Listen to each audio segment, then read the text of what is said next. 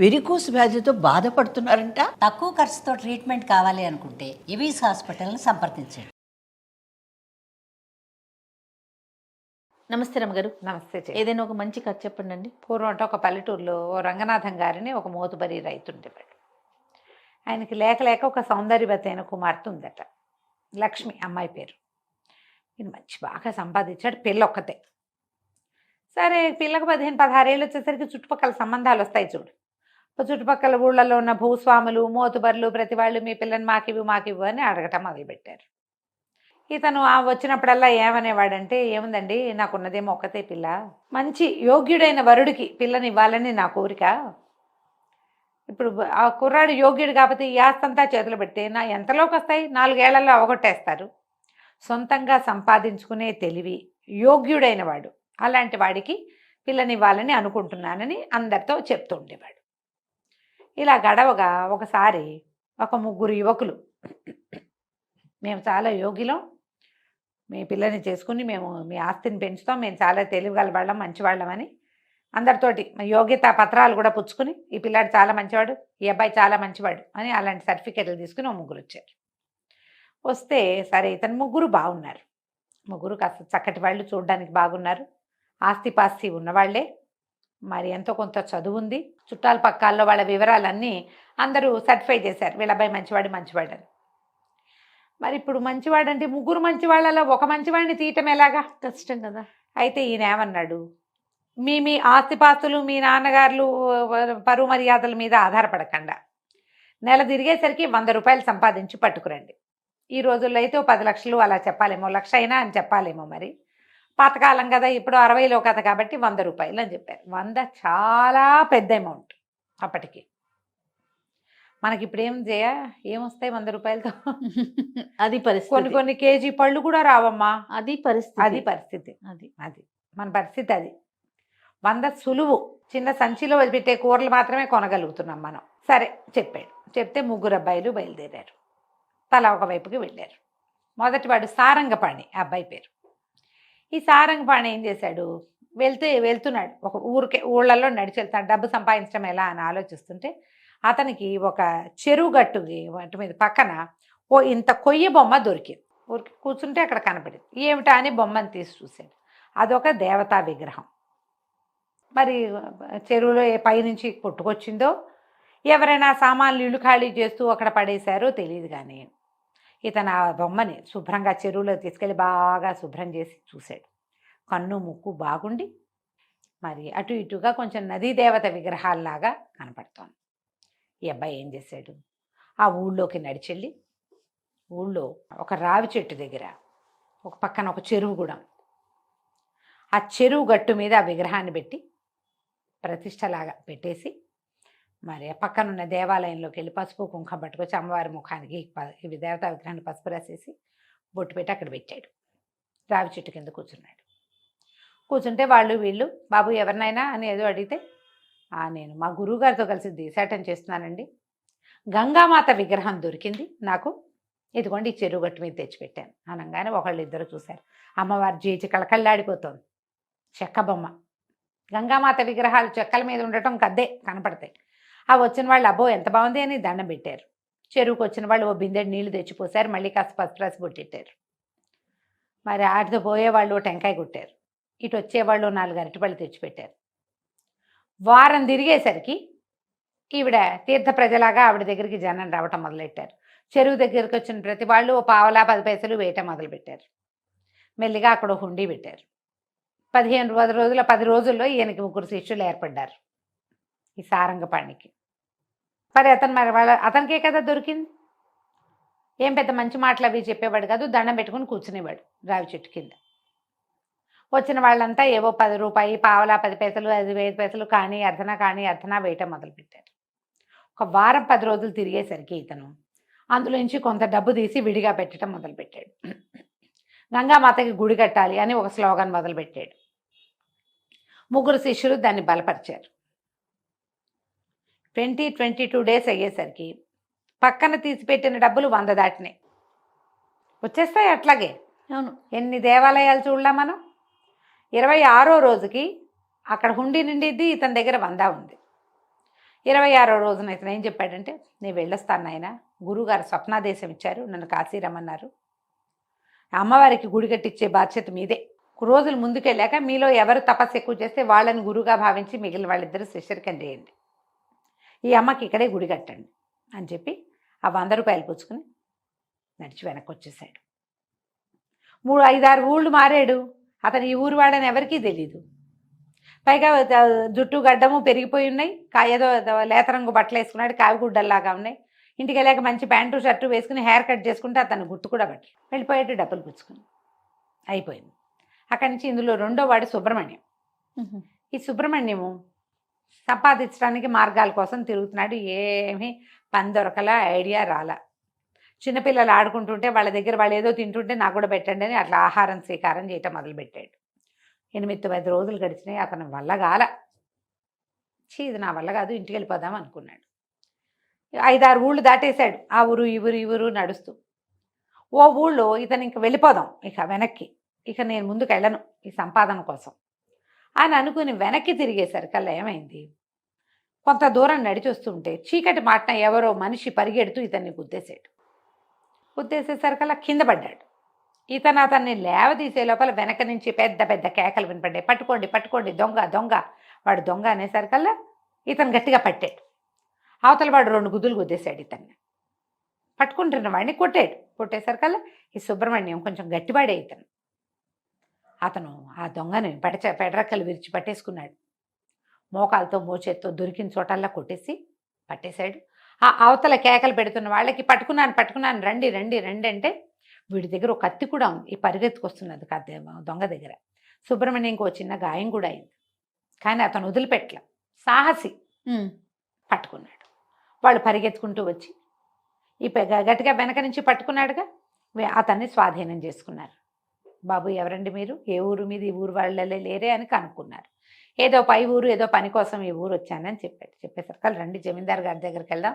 వీడు జమీందార్ గారింట్లో కత్తి చూపించి నగా నట్రా కొట్టేశాడు, వాడి బట్టల్లో ఉన్నాయి ఆ నగలన్నీ అని చెప్పి చెక్ చేసి నగలు ఉండటం చూసుకుని ఈ సుబ్రహ్మణ్యాన్ని కూడా మోసుకుపోయారు జమీందార్ గారి దగ్గరికి. ఆ జమీందార్ గారు చాలా సంతోషించి, నాయన భలేవాడిపోయి నువ్వు ఈ 100 ఉంచు అని 100 రూపాయలు చేతిలో పెట్టాడు.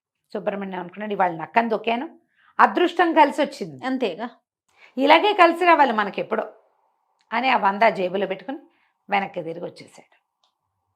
ఇక మూడోవాడు, ఇతని పేరు గురునాథం. ఈ గురునాథము ఆ ఊరు ఈ ఊరు తిరుగుతూ వెళ్ళాడు. ఎవరో వ్యవసాయ పనులు చేసుకుంటుంటే వాళ్ళకి సహాయం చేశాడు. వాళ్ళు భోజనం పెట్టారు. పై ఊరు వెళ్ళాడు. అక్కడ ఏదో గడ్డివాము కట్టేస్తుంటే ఆ గడ్డివాము పని కూడా చేశాడు. 16 రోజులు గడిస్తే ఈ 15 రోజుల్లో అతను శుభ్రంగా సుష్టుగా తిన్నాడు ప్రతిరోజు. డబ్బులు 5-6 రూపాయలు కూడా అతని దగ్గర చేరల. తిండి గడుస్తోంది కానీ డబ్బులు రావటంలే.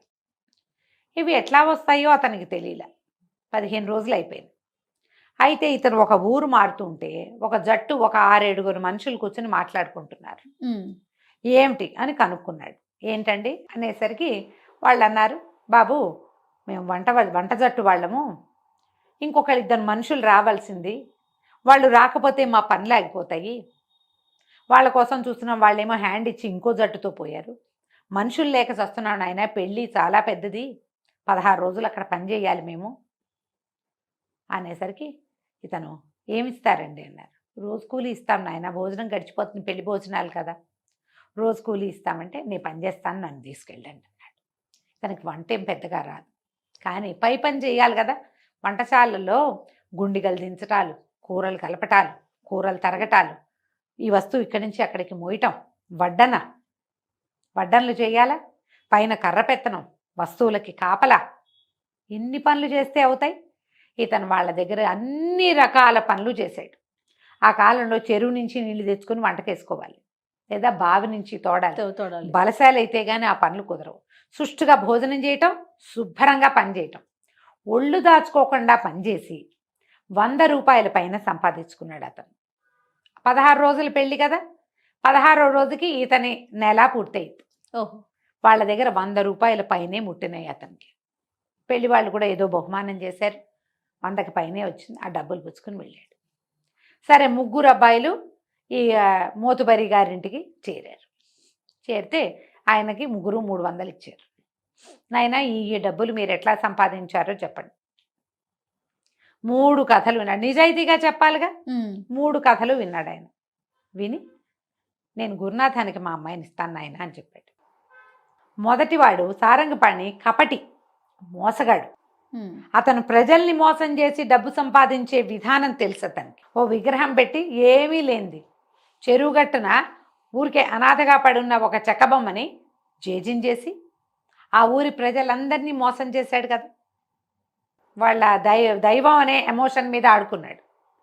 వీడిని నమ్మచ్చా? రేపొద్దున ఇలాంటివి ఎన్ని ప్లే చేస్తాడు. ఇది కాబట్టి పెద్ద అబ్బాయి వద్దు. రెండో అబ్బాయి కేవలం అదృష్టాన్ని నమ్ముకుంటాడు. అతని ముందు 15 రోజుల్లో ఒక్కరోజు కూడా పని చేయలే, ఎక్కడ ఆలోచిస్తూనే ఉన్నాడు. పైగా ఎవరో పిల్లలు వెళ్తూ అన్నాలు తింటుంటే వెళ్ళి వాళ్ళ దగ్గర నాకు ముద్ద పెట్టండి అని తిన్నాడు. వాడిని ఎట్లా నమ్ముతావు? అదృష్టం నమ్ముకుంటే కుదురుతుందా? కానీ మూడోవాడు శ్రమని నమ్ముకున్నాడు. సరైన పని చేశాడు. ఏ పనైనా చేస్తాడు అతను. పని చేయగలిగేవాడే కదా బతకగలుగుతాడు ఎప్పుడు కూడా. వీడికి ఎప్పటికీ అడ్డు లేదు ఇక జీవితంలో. ఎక్కడైనా ఇతను పట్టుబడిపోతాడు, దొరికిపోతాడు, చెడిపోతాడు, ఏం లేదు. ఎంత చెడిపోయినా పని చేసుకుని బతకగలడు. అందుకని అతనికి మా పిల్లని ఇస్తానని చెప్పి వాళ్ళ అమ్మా నాన్న కబురు చేశారు. యోగ్యతా పరీక్ష ఈ రకంగా పరిణమించింది కదా కంచికి మనం ఇంటికి. బాగుంది. నమస్తే. నమస్తే. నమస్తే రమ్మగారు. నమస్తే జయ. చందమామ కథ ఏదైనా చెప్తారా? చందమామ కథ అంటే గుర్తొచ్చింది. మొన్న మాట్లాడినప్పుడే నేను చెప్దాం అనుకున్నా, ఇప్పుడు వాళ్ళు చెప్తాను. రావినూతల సువర్ణ కണ്ണన్ అని ఒక రైటరు, మా బందర్వారే. ఓకే. మా చిన్నప్పటి నుంచి నేను ఆవిడ సీరియల్స్ వచ్చేవి. ఈవిడ సస్పెన్స్ నావెల్స్ చాలా రాశారు. చిన్న కథలు కూడా నేను చాలా చదివాను. కొన్ని సినిమాలు కూడా తీసినట్టు గుర్తుంది నాకు. అయితే ఈవిడ చందమామ కథలు రాశారని నాకు తెలియదు జయ. ఒకవేళ అప్పుడు చదివిన రైటర్ పేరు చూసే ధ్యాస లేని ఏజ్ అది. అదేలే, స్టోరీలో వెళ్ళిపోయేవారు. వెళ్ళిపోయేది ఏదో కథ చదివేసేవాళ్ళం. మరి లేట్ 80sలో ఏమైనా రాశారేమో. ఆవిడ రాసిన ఒక చందమామ కథ చెప్తాను. ఓకే. నాకు వారు కూడా తెలుసు, అంటే మనిషితో పరిచయం లేదు కానీ మా ప్రాంతం వారే. ఆవిడ చాలా సీరియల్స్ కథలు. క్లిక్ క్లిక్ క్లిక్ అని ఒక సీరియల్ భలే ఇంట్రెస్టింగ్గా ఉండేది. చాలా ఉన్నాయి. పర్ణశాల అవి బాగుంటాయి. మిన్నాగు వీరిదే. పేర్లు గుర్తున్నాయి, చాలా పేర్లు గుర్తులేవు కానీ అన్నీ నేను వారి శైలి గుర్తుపట్టగలను. ఒకవేళ పుస్తకం ఎక్కడైనా చదివాను అనుకో, ఇది ఆవిడదని తెలిసే ఇలాంటి ఒక ప్రత్యేకమైన డిక్షన్ బాగుంటుంది, బాగా రాస్తారు. అయితే వారి పేరు చెప్దామని అనుకున్నాను అనమాట. ఊరికే చిన్న కథ ఇది, బాగుంటుంది ఇంట్రెస్టింగ్గా. ఒక ఊళ్ళో ధర్మయ్య గారిని కొంచెం షావుకారు ఒక ఆయన ఉండేవాడు. ఆయన భార్య ఒక కూతురు ఉంది. అయితే వీళ్ళింట్లో రామచంద్రం అని ఒక కుర్రాడు పనిచేసేవాడు. ఆయన కూతురు పేరు మందాకిని. ఆ మందాకినికి రామచంద్రం అంటే ఇష్టం. వాడు మంచి పనిమంతుడు. అంటే ఇంట్లో పనులు చేయటం కాదు, పై పనులు మామూలుగా గుమస్తాల హెల్పర్స్ ఉంటారు కదా, వ్యాపారంలో సహాయం చేసేవాళ్ళు. అక్కడికి వెళ్ళి డబ్బులు పట్టి రావడం, బ్యాంకులకి వెళ్ళి రావడం, ఎవరి దగ్గరికైనా పెద్దవాళ్ళ ఇంటికి ఉత్తరాలు ఇచ్చి రావటాలు, అలాంటి పనులు చేసేవాడు, పై పనులు చేసేవాడు. అసలు అబద్ధమే చెప్పేవాడు కాదట. చాలా చక్కగా ఉండేవాడు మనిషి, మంచివాడు. ఈ పిల్ల అతని ప్రేమలో పడింది. అయితే ఆయన పిల్లకి 19 ఏడు వచ్చిందో ఏమో, ఇంకా పెళ్లి సంబంధాలు చూద్దాం అనుకుంటూ పెళ్లి మాటలు ఎత్తేసరికల్లా పిల్ల ఏమందిట, నేను రామచంద్రాన్ని పెళ్లి చేసుకుంటాను, మంచివాడు అని చెప్పింది. చెప్పేసరికి తండ్రి ఒప్పుకోలే. రామచంద్రాన్ని చేసుకోవటం ఏంటి, మన ఇంట్లో పనిచేస్తాడు, సమాన పాయాలో చేసుకోవాలి. వాడిపోయి ఆ ఇద్దరు ఈ అమ్మాయి ఏమంటుంది, నువ్వు నా నిజం చేస్తే ఈ ఆస్తంతా నాదే కాదా, మనిషి మంచివాడు, వ్యాపారాన్ని వృద్ధిలోకి తెస్తాడు, నీ తర్వాత మమ్మల్ని అమ్మ బాగా చూసుకుంటాడు అని పిల్ల గట్టిగా చెప్పింది. చెప్పినా ఆయన ఒప్పుకోలే. ఈ రామచంద్రాన్ని నానా దుర్భాషలు వాడి పంపేశాడు ఇంట్లో నుంచి. ఏం చేస్తాడు, తల దించుకుని అబ్బాయి వెళ్ళిపోయాడు. ఈ పిల్ల ఏం చెప్పినా ఇంకో పెళ్లి చేసుకోవడానికి ఒప్పుకోలే. కానీ రామచంద్రం పేరెత్తడం మానేసింది. ఇంకా అబ్బాయి ఇంట్లో నుంచి వెళ్ళిపోయాక ఇంకేం మాట్లాడలే. పెళ్లి మాత్రం నేను చేసుకోను. 2 సంవత్సరాలు గడిచినాయి. గడిచేసరికల్లా పిల్ల పెళ్లి పేరెత్తితే నాకు పెళ్ళి వద్దంటుంది. ఆయన దిగులు పడి అనారోగ్యం తెచ్చుకోవటం మొదలుపెట్టాడు. ఏదైనా దిగులుగా ఉందా అని అడగటం మొదలెట్టాడు. వైద్యుడు వచ్చి నాడు చూసేవాడు. ఈయనకి వీక్గా ఉండేది, ఒళ్ళు వెచ్చబడుతూ ఉండేది, పడుకునేవాడు, గుండెల్లో బరువు, ఆయాసం, నడవలేనితనం, ఇవన్నీ వచ్చేసరికి పక్క ఊరు నుంచి వైద్యుడిని పిలిపిస్తే ఆయన నాడు చూడంగానే ఏమైనా బరువు బాధపడుతున్నారా ఇలాంటివి కనుక్కునేవాడు. సరే ఈ భార్య ఏం చేసింది, ఆయన భార్య, ఓహో ఈ పిల్ల పెళ్లి గురించే ఈయన ఇంత దిగులు పడుతున్నాడని చాలా బతిమలాడి భామాలి భంగపడి కూతుర్ని మొత్తానికి ఎట్లా కొట్లా పెళ్లికి ఒప్పించింది. ఒప్పించేసరికల్లా సరే పక్క ఊళ్ళో ఒక ఆయన ఇంకో షావుకారు గారు ఉన్నాడు. ఈయన ధర్మయ్య, ఆయన ఇంకో గోపయ్య. సరే వాళ్ళ ఇంటికి వెళ్ళి వాళ్ళ అబ్బాయితో పెళ్లి సంబంధం కుదుర్చుకుందాం అనుకున్నారు. ఈ మధ్యలో ఉన్నవాడు ఎవడ పెళ్ళిళ్ళ పేరాయిలు ఉంటారు కదా పెద్దవాళ్ళు, ఆయన ఏం చెప్పాడు, ధర్మయ్య గారికి ఒక కొడుకున్నాడండి, చూపులకు బాగుంటాడు. అదే గోపయ్య గారికి కూడా కొడుకున్నాడు, చూపులకు బాగుంటాడు, మరి ఆస్తి చాలా ఉంది, ఒక మాట స్వయంగా వెళ్ళి విచారించుకోండి అని చెప్పారు. పెళ్లి సంబంధాలు చెప్పి మీరే విచారించుకోవాలి అంతే అనేసరికల్ ఈయన ఏం చేశాడు, కూతుర్ని పెళ్లి సుముఖం చేశాడు. పక్క ఊళ్ళో ఉన్నటువంటి గోపయ్య గారి కొడుకు ఇస్తాను నిన్ను, పక్క ఊరే, మేము వస్తూ పోతుంటాం, నువ్వు కూడా వస్తూ పోతూ ఉండొచ్చు, ఎక్కువ దూరం ఇవ్వను, మా అమ్మ మా తల్లి ఒప్పుకో అంటే సరే చూసిరమ్మంది కూతురు. ఈయన పోయి ఆ గోపయ్య గారింటికి వెళ్ళాడు, పక్కనున్న చోడవరానికి వెళ్ళాడు.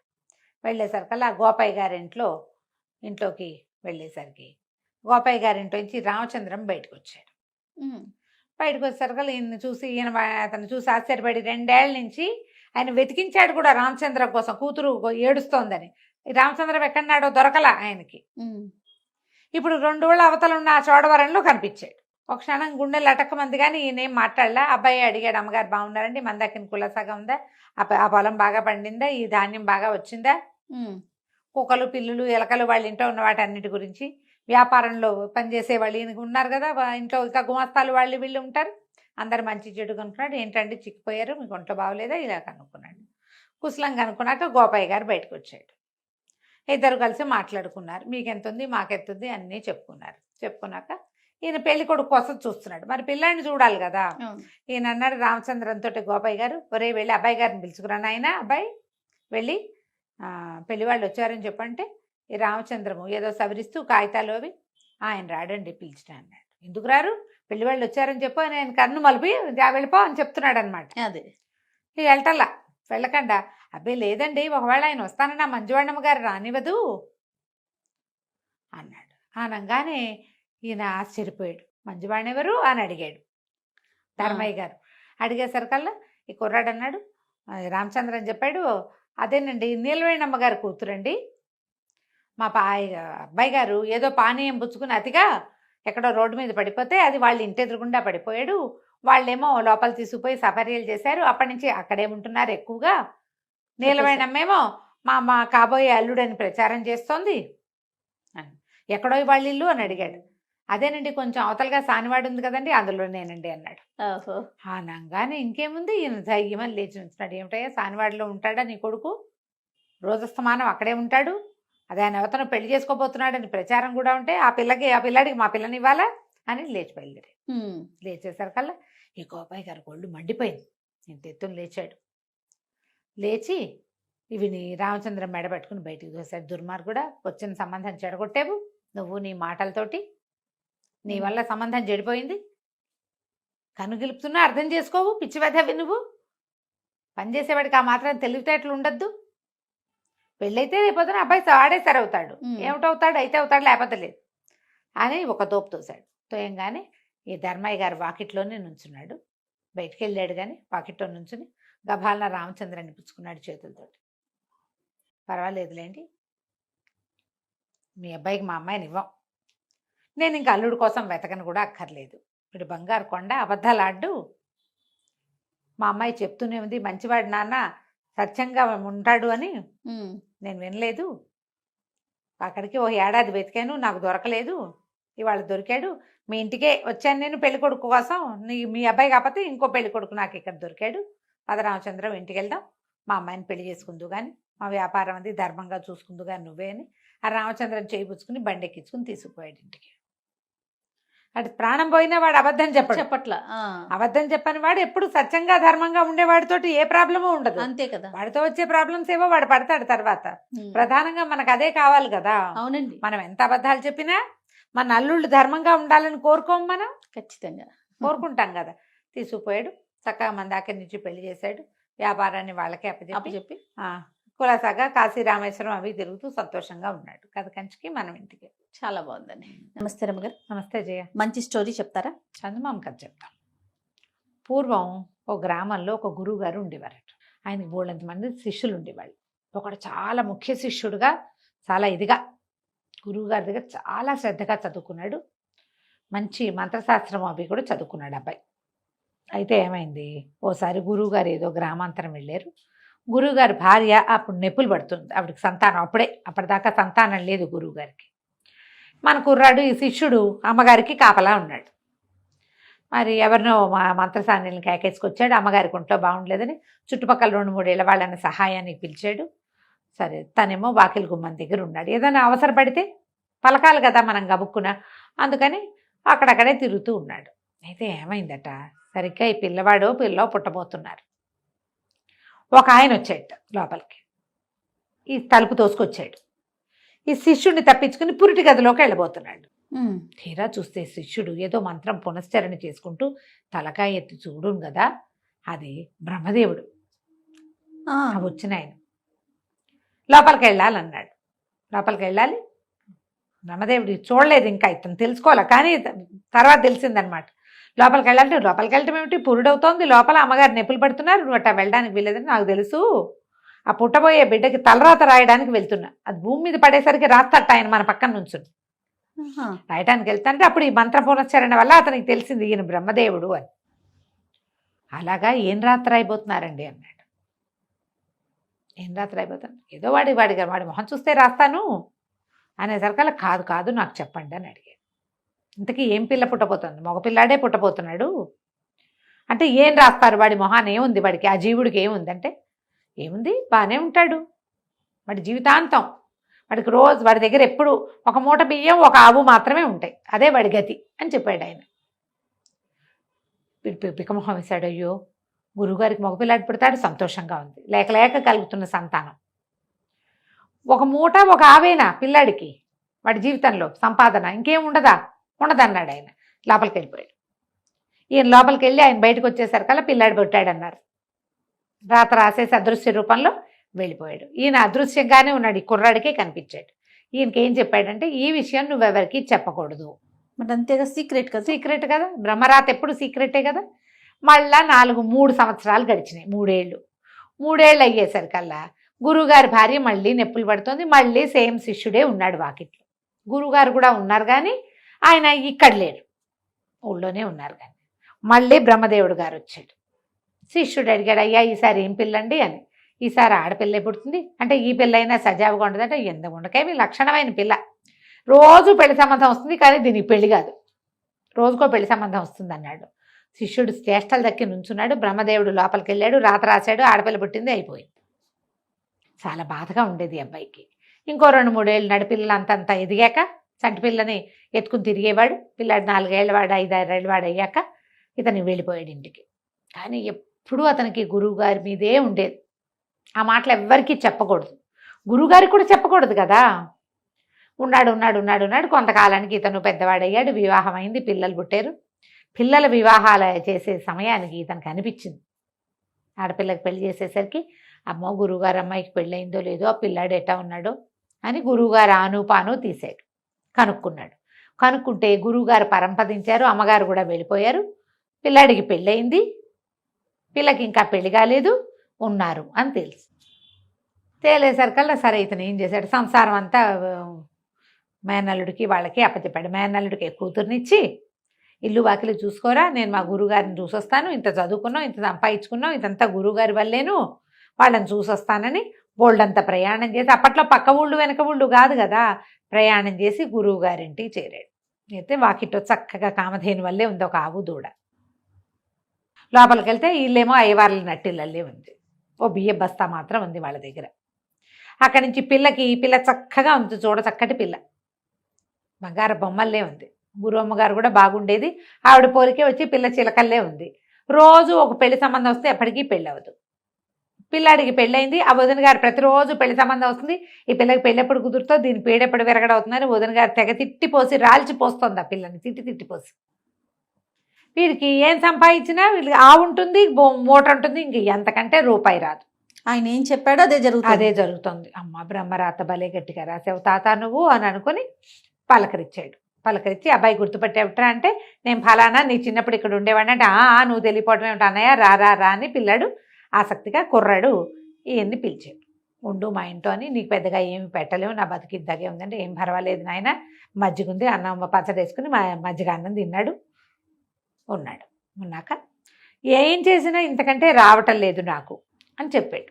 బియ్యం దీకుండా ఉంటాయి, బియ్యానికి బాధ లేదు. ఆధారులో ఏదో దొరుకుతుంది, కూరనారో దొరుకుతుంది అంతే. బియ్యం మూట అంటే అన్నానికి లోటు లేదు వాళ్ళ దగ్గర.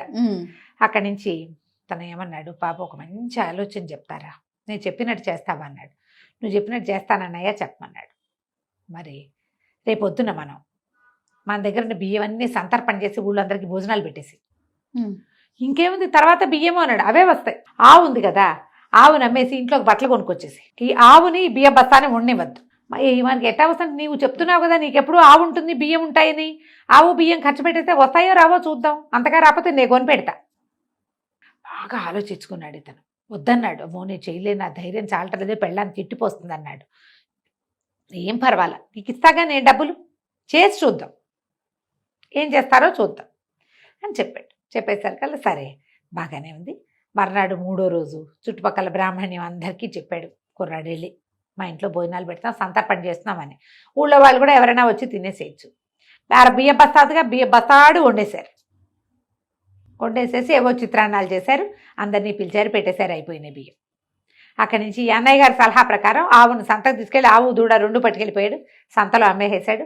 అక్కడి నుంచి భార్యకి బట్టలు, ఓ చంటి పిల్లాడు ఉన్నాడు, వాడి బట్టలు, తనకి ఇంట్లో బట్టలు, ఇంట్లోకి కావాల్సిన సామాన్లు అన్నీ తెచ్చేసుకున్నాడు. అయిపోయినాయి. తెల్లవారేసరికి జమీందారు గారు తల్లిపోయింది. తల్లిపోయి 10 రోజులైంది. ఎవరో వచ్చి వస్తామన్న వాళ్ళు దానాలు పెట్టడానికి ఎవరూ రాలేదు. బాబు మీరు రండని తీసుకెళ్ళారు. తీసుకెళ్ళి ఓ బస్తా బియ్యము, ఒక ఆవు దూడ దానం. సాయంత్రం అయ్యేసరికి ఆవు దూడ బస్తా బియ్యము వచ్చేసాయి ఇంటికి. సరే 2వ రోజు మళ్ళీ 2 రోజులు 3 రోజులు అవ్వగానే మళ్ళీ ఆవును అమ్మేద్దాం పట్టన్నాడు అన్నయ్య. ఇలా బాగా ఆలోచించాడు, ఆవును అమ్మేశాడు. అమ్మేసేసి ఇంకేవో సామాన్లు తెచ్చేసాడు ఇంట్లోకి. అక్కడి నుంచి బియ్య బస్తా పోసేసి మళ్ళీ సంతర్పణ అన్నాడు. బియ్యము ఇంట్లో సామాన్లన్నీ అయిపోతుండగా మళ్ళీ ఖబర్ వచ్చింది, వాళ్ళు ఎవరో పోయారు, గోదానం. మళ్ళా గోదానం, మళ్ళా బియ్య బస్తా.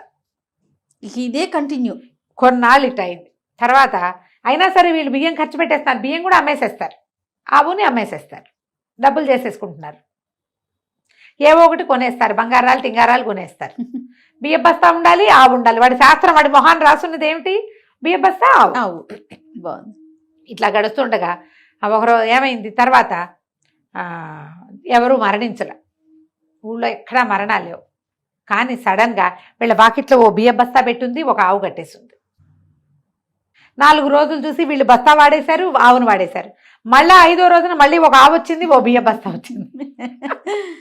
ఈ కథ బాగుంది. అక్కడి నుంచి ఈయన ఏం చేశాడు, పెళ్లి కావాల్సిన పిల్లని దగ్గర కూర్చోబెట్టుకుని, అమ్మాయి నా మాట వినమ్మా, ఇంకేం వింటానన్నయ్యా, నాకు పెళ్ళి అవ్వదు, ఇట్లాగే ఉంది నా పరిస్థితి అంటే. అట్లా కాదు, ఈసారి పెళ్లి సంబంధం వస్తుందా, వచ్చిన పెళ్లి సంబంధం వాళ్ళు నాకు కంటే కాసు పేరు వడ్డాను ఓ పట్టు చీర తెస్తేనే చూస్తాను, కనిపిస్తాను, లేకపోతే నేను కనిపించను, పెళ్లి చూపులు కూర్చొని నేను అనేసరికి, సరే మామూలుగా వచ్చిన వాళ్ళే నన్ను పెళ్లి చేసుకోవట్లేదు, ఇవన్నీ సరుకులు తెమ్మంటే ఎవరు రారేమోనన్నయ్య, అయినా సరే చూద్దామన్నాడు. రేపొద్దునే ఒక పెళ్లి వాళ్ళు వచ్చారు. పెళ్లి వాళ్ళు వచ్చి పిల్లని చూస్తామన్నారు. రోజు పెళ్లి చూపులే ఆ పిల్లకి.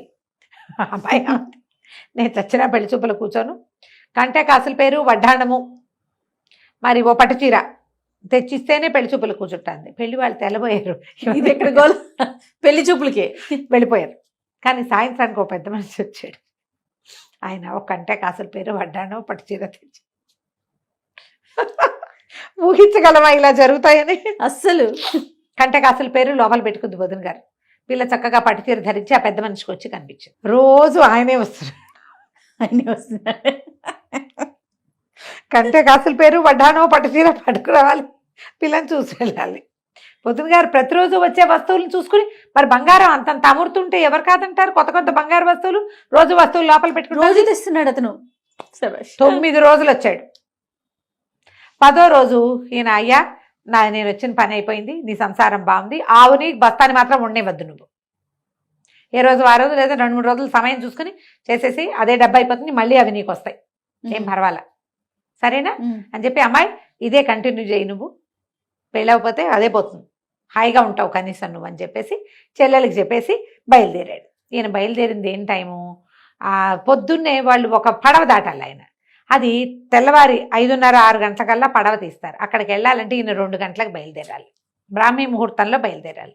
నేను సంధి వార్చుకుని వెళ్తానమ్మా అని కోడలికి తమ్ముడికి వీళ్ళకి చెప్పేసేసి రాత్రి వాకిట్లో పడుకున్నవాడు గావంతా సర్దుకుని తన సంచి సర్దుకుని నడిచి రావటం మొదలెట్టాడు. ఏరు దాటుతున్నాడు. కొంచెం చిన్న ఏరు దాటి అవతల పడవ దగ్గరికి వెళ్ళాలి. తెల్లవారుచాం ఒక ఆయన ఒక ఆవు ఓ సంచి పుచ్చుకుని నడిచి వస్తున్నాడు. ఆయన అక్కడ దాటి ఇక్కడికి రావాలి. వస్తుంటే బాగా పరకాయించి చూశాడు. మంత్రం పునశ్చరణ చేసుకుంటూ ఈయన చూసేసరికి బ్రహ్మదేవుడే. బాగున్నారా స్వామి అని అడిగాడు. ఏం బాగుంటాను రా నాయన, నన్ను ఇరికిచ్చావు కదా నువ్వు అన్నాడు బ్రహ్మదేవుడు. 10 రోజుల నుంచి బ్రహ్మదేవుడు వస్తున్నాడు రోజు వీళ్ళింటికి. ఆవు బస్తా ఇవ్వాల్సిందే, ఈ అబ్బాయికి వడ్డాణం ఇవ్వాలి. రోజు పెళ్లి చూపులు దాని మొహం మీద రాశాడు. మరి పెళ్లి చూపులకి ఇవి ఇస్తే గానీ కూర్చోనంటే అవి ఇచ్చి కూర్చోవాలి ఎవరో ఒకరు. అందుకని ఆయనే వస్తున్నాడు. అనేసరికల్లా ఇతను అన్నాడు, మన శిష్యుడు, మరి ఎందుకండి వాళ్ళ రాత మార్చచ్చు కదా అన్నాడు. రాయటమే కానీ మార్చటం మన వల్ల కాదురా నాయన, నా కర్మకి ఇది వచ్చింది, కొంచెం మాడిఫై చేస్తా, 2 అక్షరాలు సవరించి సరి చేస్తానులే, నువ్వు వెళ్ళిరా అన్నాడు. తెల్లవారి ఇంకో పెళ్లి సంబంధం వచ్చి పిల్లకి పెళ్ళైపోయింది. అబ్బాయికి ఎక్కడి నుంచో ఆస్తి స్వాస్తి కలిసి వచ్చినాయి. ఈ మూట ఆవు నుంచి పైకి వెళ్ళిపోయాడు. 10 ఎకరాల పొలం కూడా వచ్చింది. వాళ్ళు హాయిగా ఉన్నారు. బ్రహ్మదేవుడు తన కర్మానికి వీళ్ళకి పంచాడు. రోజు ఏ చావు రాకపోతే ఆయనే ఆవు బియ్య బస్తా తెచ్చిపెట్టాలి. తెచ్చాడు అట్లా 3 సార్లు. వీళ్ళకేమో 9 రోజుల పాటు 9 వడ్డాణాలు, 9 కంటలు, 9 కాసుల పేర్లు పట్టుకొచ్చి ఇచ్చాడు. కంచకి మనం ఇంటికి. బాగుంది రమ్మగారు, తమాషా కథ. మన మొహాన రాసుంటే చచ్చినట్టు మన చేతిలోకి వస్తుంది చేయాలి. మనది అయితే ఎవరో ఒక కారణం అవుతారు దానికి, ఎవరో ఒక కారణం. అది మనకి రాతలో లేకపోతే మనం ఎంత ప్రయత్నించినా చివరి దాకా వచ్చైనా విరిగిపోతుంది అది. అంతే. నిజం రమ్మగారు. నమస్తే అండి. నమస్తే. Welcome to our channel. ఈ రోజు నాతో పాటు రమ్మగారు ఉన్నారు. నమస్తే రమ్మగారు. నమస్తే జయ. రమ్మగారు, చందమామ కథలను పిల్లలు భలే ఇంట్రెస్ట్ చూపిస్తున్నారండి.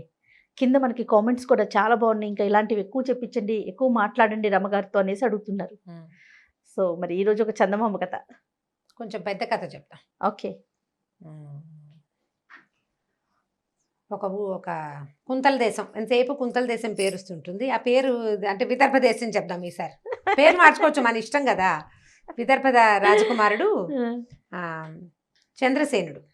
అయితే అతనికి ఏంటంటే ఏదో ఊహాసుందరిని పెళ్లి చేసుకోవాలని, అందమైన అమ్మాయిని పెళ్లి చేసుకోవాలని ఉండేదట, కోరిక ఉండేది. అయితే ఏమైంది, ఎంతమందిని చూపించినా నచ్చేది కాదు, నచ్చేవాడు కాదు, అతనికి నచ్చేది కాదు. ఈ అమ్మాయి నా నచ్చలేదు, అమ్మాయి నా నచ్చలేదు అలా అనేవాడు, వంకలు పెట్టేవాడు.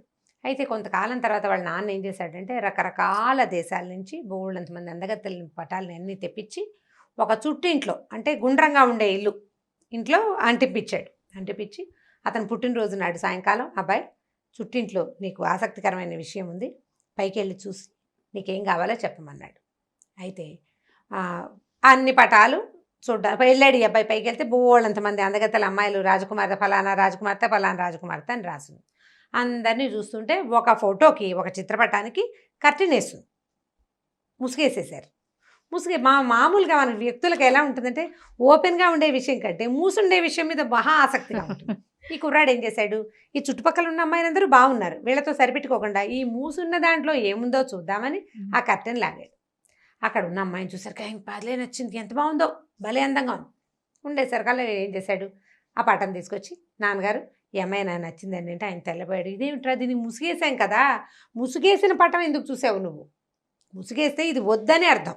ఓహో, ఇది వద్దనే అర్థం కదా, అందుకని ముసుగేసాం, మిగిలినవన్నీ ఓపెన్గా పెట్టాం. ఆ పటాల్లో ఏదో ఒకటి చూసి నేర్చుకోవాలి, ఈ అమ్మాయిని నచ్చుకున్నావేమిటి నువ్వు, ఇది వద్దన్నాడు. అనేసరికల్లా ఈ అబ్బాయి ఏమన్నాడు, మీరు అక్కడ 30 పటాలు పెట్టారు, నాకు ఇది నచ్చింది, ఈ అమ్మాయే నచ్చింది, ఎందుకు చేసుకోవద్దంటారు, మరి ఈ పటం ఎందుకు తెప్పించావు అని పోట్లాడాడు. తండ్రి అన్నాడు, పెద్దరాజు గారు, ఈ పటం మన ఇంటికి వచ్చే నాటికి బాగానే ఉంది, ఈ అమ్మాయిని ఒక రాక్షసుడు ఎత్తుకుపోయాడు, ఒక మాంత్రికుడు ఎత్తుకుపోయాడు, ఉక్కు కోటలో దాచిపెట్టాడు.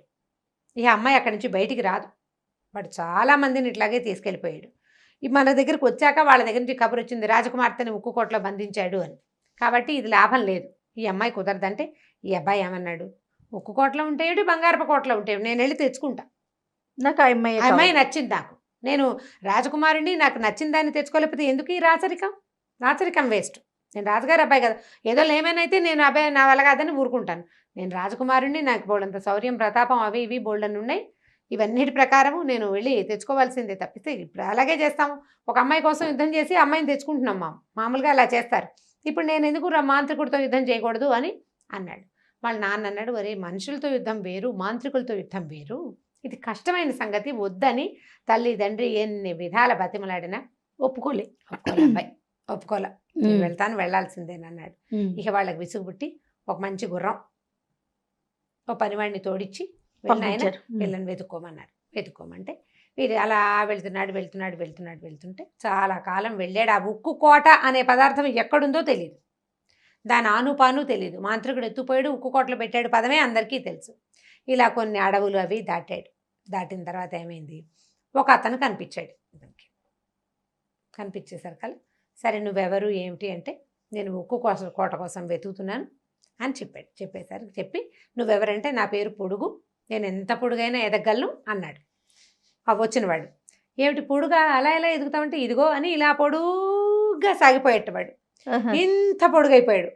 వాడికి అంత పొడుగు, వాడికి ఎంతంత పొడుగు కాళ్ళు, ఎంతంత పొడుగు చేతులు ఉంటాయి, అంత పొడుగు అయ్యేసరికల్లా రాజుకి ఆశ్చర్యం వేసింది. రాజకుమారుడికి, అబ్బా భలే బాగున్నావోయ్, నువ్వు నాతో ఉండాలి, నీలాంటి వాడు ఉంటే నా ప్రయాణం చాలా బాగా ఉంటుంది, రా రా అని తెచ్చుకుని, ఈ పనివాడు ఉన్నాడుగా, వాడు చక్కగా వంట అది చేస్తాడు, ఈ పొడుగు కూడా చక్కగా భోజనం పెట్టి దగ్గర కూర్చోబెట్టుకున్నాడు. అప్పుడు ఏమన్నాడంటే, మనం ఉక్కు కోట వెళ్ళాలి, ఈ ఉక్కు కోట ఎక్కడుందో చూడు నువ్వు అనేసరికల్లా వీడింత పొడుగ్గా శుభ్రంగా సుష్టిగా తిన్నాడు వీళ్ళతోటి. ఈ పొడుగ్గా పైకి ఎదిగి ఆ చెట్ల మీద నుంచి దూరంగా అక్కడ ఫలానా చోట ఉక్కు కోట కనపడుతుంది, మనం చాలా దూరం వెళ్ళాలి, పద వెళ్దామని తీసుకెళ్ళేసరికల్లా ఇద్దరు కలిసి దారిలో వెళ్తున్నారు. వాడికి తెలుసు కదా దారి, ఆ దారి ప్రకారం వెళ్ళడం మొదలుపెట్టారు. వెళ్తుంటే మధ్యలో ఒకడు కనపడ్డాడు. వీళ్ళిద్దరూ పలకరించుకున్నారు, ఈ పొడుగును వాడి పేరు ఏమిటంటే అడ్డం.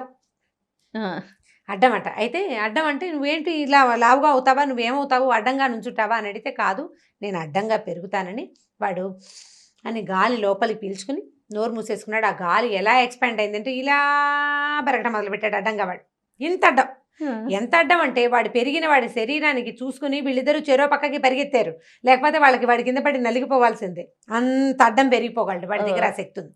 సరే అప్పుడు చాలా బాగుంది అన్నారు. ఈ మొత్తం శరీరం అంతా దగ్గరికి తీసుకున్నారు. నువ్వు కూడా మాతో రా, మాతో పాటే ఉండు, మాతో పాటే తిందుగానని సరే తీసుకెళ్లారు. వీళ్ళు ముగ్గురు వెళ్తుంటే, ముగ్గురు అంటే రాజకుమారుడి పనివాడు గుర్రము ఉన్నాయిగా, వెళ్తూ ఉంటే వాళ్ళకు ఒక కుర్రాడు కనపడ్డాడు. వాడు ఏంటంటే కళ్ళకి గంతలు కట్టుకుని అట్లా నడుచుకుంటూ పోతున్నాడు. రాజకుమారుడు, ఇదేమిటి వీడు ఇలాగా గంటలు కట్టుకుని ఎట్లా నడుస్తాడు, కళ్ళ గంతలు కట్టుకుంటే కష్టం కదా, ఇబ్బంది కదా అనేసరికల్లా ఆ అబ్బాయిని పట్టుకున్నారు. వాడి పేరు చురుక్కు కళ్ళు. ఆ అబ్బాయిని అడిగాడు, నువ్వు కళ్ళ గంతలు కట్టుకుంటే ఎట్లా నడుస్తావో, ఈ కళ్ళ గంతలు ఏంటి, కాదండి నేను చూశానంటే చాలా ప్రమాదాలు జరుగుతాయి, గంతలు లేకపోతే, గంతలున్నా నేను చూడగలను, ఓహో ఎక్కడున్నా నేను చూడగలను, ప్రతి వస్తువు నా కంటికి కనపడుతుంది, గంతలు తీస్తే ప్రమాదం వస్తుంది అన్నాడు. ఏది తీసి చూపించంటే వాడు గంతలు తీయగానే ఆ దగ్గరలో ఉన్న చెట్టు భగభగా మండిపోయి కాలిపోయింది. వాడు వెంటనే గుడ్డ కట్టేసుకున్నాడు, ఇలా అవుతుంది అందుకని నేను కళ్ళ గుడ్డ తీయను, కానీ నాకు ప్రతిదీ కనపడుతుంది అనేసరికల్లా అప్పుడు ఇతను ఏమన్నాడు, మాకు దారి తెలుసు, కాకపోతే ఏదో అలానే పొడుగు చూశాడు కదా, తెన్ను తెలీదు ఏ రకంగా వెళ్ళి ఏం చేయాలో, కాబట్టి నువ్వు ఏదైనా చెప్పమంటే వీడు ఏం చేశాడంటే ఈ కళ్ళగా తన దృష్టిని బాగా కేంద్రీకరించి రాజకుమార్తె ఉక్కు కోటలో ఉందని, ఫలానా చోట ఉందని చెప్పేసరికల్లా ఈ పొడుగు ఏం చేశాడు, తన శరీరాన్ని అమాంతం పెంచి ఈ రాజకుమారిని, పనివాడిని, ఈ చురుక్కళ్ళవాడిని, అడ్డాన్ని నలుగుని ఇలా పట్టుకుని సందిటి పట్టు గబగబా ఉక్కు కోట వైపుకి నడిచేశాడు.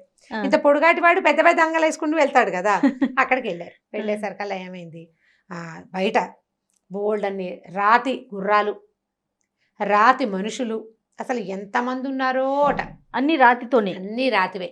అక్కడి నుంచి ఇదేం చెప్పాడంటే, ఈ ఉక్కు కోటలో నలుగురు కోసం వంట చేస్తున్నారు, మన నలుగురు కోసమే వాళ్ళు వండుతున్నారు, మనం వస్తామని వాళ్ళకి తెలుసు అని చెప్పాడు. వీళ్ళు వెళ్ళారు ఆ ఉక్కు కోటలోకి. వెళ్తే వంట అవుతోంది, ఎవరో వంట చేస్తున్నారు, చక్కగా కూర్చున్నారు, నలుగురు భోజనాలు చేశారు. పనివాడిని గుర్రాన్ని వదిలిపెట్టేసి వీళ్ళు వెళ్ళిపోయారు. నలుగురు భోజనం, రాజకుమారుడు, పొడుగు, అడ్డం, చురుక్కళ్ళవాడు, రాజకుమారుడు నలుగురు కలిసి భోజనం చేశారు. ఓ గదిలో కూర్చున్నారు. కూర్చుంటే ఒక ముస్సలి గూనివాడు, వంగిపోయి ఉన్న ఒకవాడు వచ్చాడట. గూనెతనం వచ్చి నడుముకి ఉక్కుతోటి, ఉక్కు అంటే ఐరన్ లాంటిది, కొంచెం నల్లగా ఉంటుంది, 3 కట్లు ఉన్నాయట వాడి నడుముకి, 3 కట్లు ఉన్నాయి. అతను ఏం చేశాడంటే వస్తూ తనతో ఒక అమ్మాయిని చేత్తో పుచ్చుకొచ్చాడు. వచ్చేసరికల్లా ఈ రాజకుమారుడు గుర్తుపెట్టేశాడు, ఈ అమ్మాయి నేను ప్రేమించింది అని ఆ అమ్మాయిని దగ్గరికి వెళ్ళి మాట్లాడబోయాడు. ఆ అమ్మాయి అలా చూస్తూ నుంచింది, అది మెలకుగా లేదు, నడిచొస్తోంది, స్పృహలో లేదు. అప్పుడు ఇతను ఏం చెప్పాడంటే, ఈ గూనివాడు, ఇదిగో నీకు కావాల్సిన రాజకుమార్తె, దీనికోసమే నువ్వు ఇంత దూరం వచ్చావు. ఉమ్. తెల్లవారే వరకు ఈ అమ్మాయిని ఎక్కడికి వెళ్ళనివ్వకుండా కాపలా కాయాలి. గది దాటి వెళ్ళిపోయిందో నువ్వు రాయి అయిపోతావు. గదిలో నుంచి బయటికి పోకూడదు, దీనికి బయటికి వెళ్ళనివ్వకుండా కాపలా కాయమన్నాడు. సరే అమ్మాయి నువ్వు ఒక కుర్చీలో కూర్చోబెట్టారు. ఈ అబ్బాయిలు నలుగురు భోజనం చేశారు కదా, మెలకుగానే కూర్చున్నారు. ఈ పొడుగు ఏం చేశాడు, ఓ చోట ఒక గదిలో పక్కన నిలబడి చుట్టూతా ఏమున్నాయో పరిశీలిస్తున్నాడు. ఈ అడ్డం తన శరీరాన్ని పెంచి గదిలో నుంచి బయటికి వెళ్ళే అన్ని మార్గాల్ని మూసేశాడు శరీరంతో. మూసేశారు. చురుక్కళ్ళ వాడు అట్లా నిద్రపోకుండా నుంచున్నారు. కాసేపు అయ్యాక మెల్లిగా నలుగురికి నిద్ర వచ్చేసింది. తెల్లవారబోతుండగా మెలకు వచ్చి చూసుకున్నారు, ఏది రాజకుమార్తె లేదు. వీళ్ళకేమో నిద్ర వచ్చేసింది. అయ్యో, అమ్మో సూర్యోదయం అయిపోతుందని ఈ రాజకుమార్తె ఎక్కడుందని వెతికితే ఈ పొడుగు తన శరీరాన్ని పెంచి దూరంగా చూస్తున్నాడు కానీ వాడికి కనపడదు. చురుక్కళ్ళ వాడు దృష్టిని కేంద్రీకరించగానే వాడికి ఏం కనపడిందంటే ఇక్కడికి 100 ఆమడల దూరంలో ఉన్న ఒక మర్రి చెట్టు మీద మర్రి కాయలో రాజకుమార్తెని బంధించి ఉంచారు. కాయలో ఉంది. అయ్యో. ఆయన సరికల్లా వీడేం చేశాడు, ఈ పొడుగు వెంటనే ఇంత పొడుగ్గా పరిగెత్తి పగాబా అంగలేసుకుంటూ ఈ 100 ఆమడల దూరాన్ని దాటేసి పరిగెత్తుకుంటూ వెళ్ళి ఆ మర్రి కాయని తీసుకొచ్చేసాడు. ఆ కాయని తెచ్చి ఇట్లా గదిలో పడేయంగానే అమ్మాయిగా మారిపోయింది అది. ఈ ముసలివాడు వచ్చాడు తెల్లవారంగానే, రాజకుమార్తె ఇక్కడే ఉంది. వాడు ఎలా చేశారు అన్నాడు కానీ వాడి నడువుకి 3 ఉక్కుతోటి కట్లు కట్టున్నాయి, ఓ కట్టు విడిపోయిందిట, 2 కట్లు ఉన్నాయి. వాడు గొణుక్కుంటూ ఈ అమ్మాయిని చేత్తో పుచ్చుకు తీసుకెళ్ళిపోయాడు. ఇక్కడే ఉండండి అన్నాడు. పగలల్లా వీళ్ళు అటు ఇటు తిరిగి చూశారు, కోటంతా చూశారు, వజ్రాలు వైడూర్యాలు ఆభరణాలు ఎన్ని ఉన్నాయో, ఎంత సంపదో. కానీ అన్ని చోట్ల గుర్రాలు ఏనుగులు లేవు. గుర్రాలు, ఎడ్లబళ్ళు, గుర్రబళ్ళు, మనుషులవి మట్టి బొమ్మలు, రాతి బొమ్మలే ఉన్నాయి. అంతా కూడా రాతితోటే, ఏం లేవు అక్కడ. బాగా అన్ని పెట్టెల నిండా బంగారాలు, వజ్రాలు, వైడూర్యాలు అలా బోల్డ్ అని ఉన్నాయన్నమాట. సరే 2వ రోజు సాయంకాలం మళ్ళీ వీళ్ళు రాత్రి అన్నాలు తినేశారు. ఆ గూనివాడు రాజకుమార్తెను తెచ్చాడు. ఇంకో 2 రోజులు నువ్వు కాపాడాలి ఇవ్వండి అని చెప్పి ఆ అమ్మాయిని అక్కడ వదిలిపెట్టి వెళ్ళాడు. అమ్మాయి ఏమీ స్పృహ లేదు, అడిగినా మాట్లాడినా ఏమీ లేదు. సరే వీళ్ళు ఏం చేశారు, మళ్ళీ నిన్నట్లాగానే బాగా కేర్ఫుల్గా ఉన్నారు. అయినా సరే వీళ్ళకి నిద్ర వచ్చింది. తెల్లారేసరిగా లేదు అమ్మాయి. అమ్మాయి లేదు. లేకపోయేసరికి అప్పుడు మళ్ళీ చురుక్కళ్ళ వాడిని ప్రేరేపించారు, ఎక్కడుందో చూడరా నాయన. మరి చూడాలి కదా ఎవరో ఒకళ్ళు. ఈసారి ఈ అమ్మాయి ఎక్కడుందంటే అక్కడెక్కడో ఇంకా దూరంలో ఒక చిలక గుడ్డులో ఉంది. ఓహో. మళ్ళీ ఈ పొడుగువాడు పరిగెత్తుకుంటూ వెళ్ళి ఆ గుడ్డును తీసుకొచ్చాడు. గుడ్డును తీసుకొచ్చి ఆ గుడ్డును కాస్త గదిలో పెట్టంగానే మళ్ళీ అమ్మాయిగా మారిపోయింది. పొద్దున్న గూనివాడు వచ్చాడు, 2 తిట్లు తిట్టాడు వీళ్ళని. ఈ నడువుకి 2-3 కట్లలో 1 కట్టు నిన్న ఊడిపోయిందా, 2వ కట్టు ఇవాళ ఊడిపోయింది, ఇంకొక కట్టుకు మిగిలింది. వాడు సణుక్కుంటూ విసుక్కుంటూ వీళ్ళు ఎలా చేస్తున్నారో నాకు అర్థం కావట్లేదని ఆ అమ్మాయి చేయి పుసుకుని బరాబరా లాక్కుంటూ రాజకుమార్తెను తీసుకుపోయాడు. 3వ రోజు రాత్రి ఏం చేశారు, అన్నాలు తిన్నారు.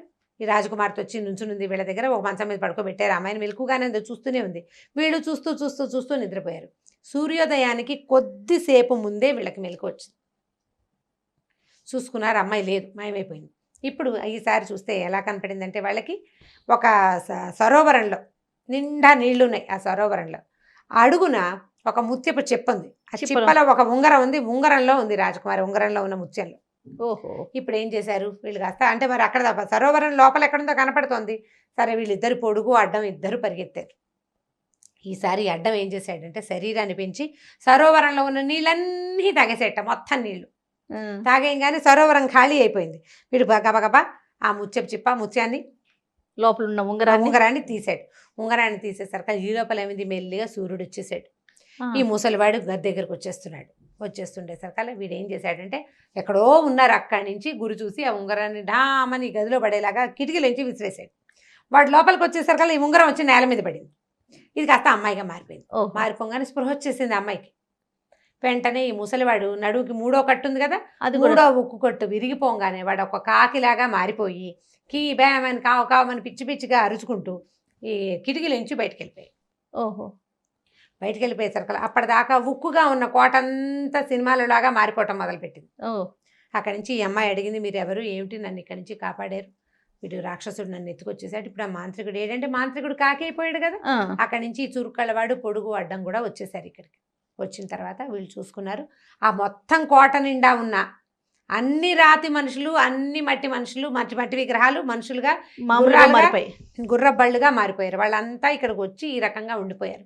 అక్కడి నుంచి పెట్టెల నిండా వజ్రాలు వైడూర్యాలు ఉన్నాయి కదా, ఒక్కో పెట్టెలోంచి 10 20 అమ్మాయిలు చొప్పున బయటకు వచ్చారు. ఓహో, మణులుగా చేసి వాటిని దాచిపెట్టాడు అన్నమాట. దాచిపెట్టాడు. ఈ రాజకుమారిని చాలా సంతోషించి నన్ను పెళ్లి చేసుకోమని ఒప్పుకుంది. అప్పుడు ఈయన ఏం చేశాడంటే ఈ స్నేహితుల్ని ముగ్గురిని కూడా వెంబడ పెట్టుకుని ఈ రాజకుమార్తెలందరినీ వాళ్ళ కోసం వచ్చిన బళ్ళు గుర్రాలు మనుషులు ఉన్నారు కదా, ఎవరి దారిని వాళ్ళని వాళ్ళ వాళ్ళ ఇళ్ళకి పంపించేసి తను కూడా ఈ రాజకుమార్తెను తీసుకుని ఇంటికి వచ్చి హ్యాపీగా పెళ్లి చేసుకున్నాడు. ఈ ముగ్గురిని తన రాజ్యంలోనే చాలా ఒక ఉద్యోగం ఇచ్చేసి చక్కగా దగ్గర పెట్టుకుని వాళ్ళతోటి వాళ్ళ స్నేహం ఎప్పుడు పోకుండా ఉంచుకున్నాడు అనమాట. అయిపోయింది కథ కంచికి, మనం ఇంటికి. చాలా బాగుంది రమ్మగారు. జానపద కథ.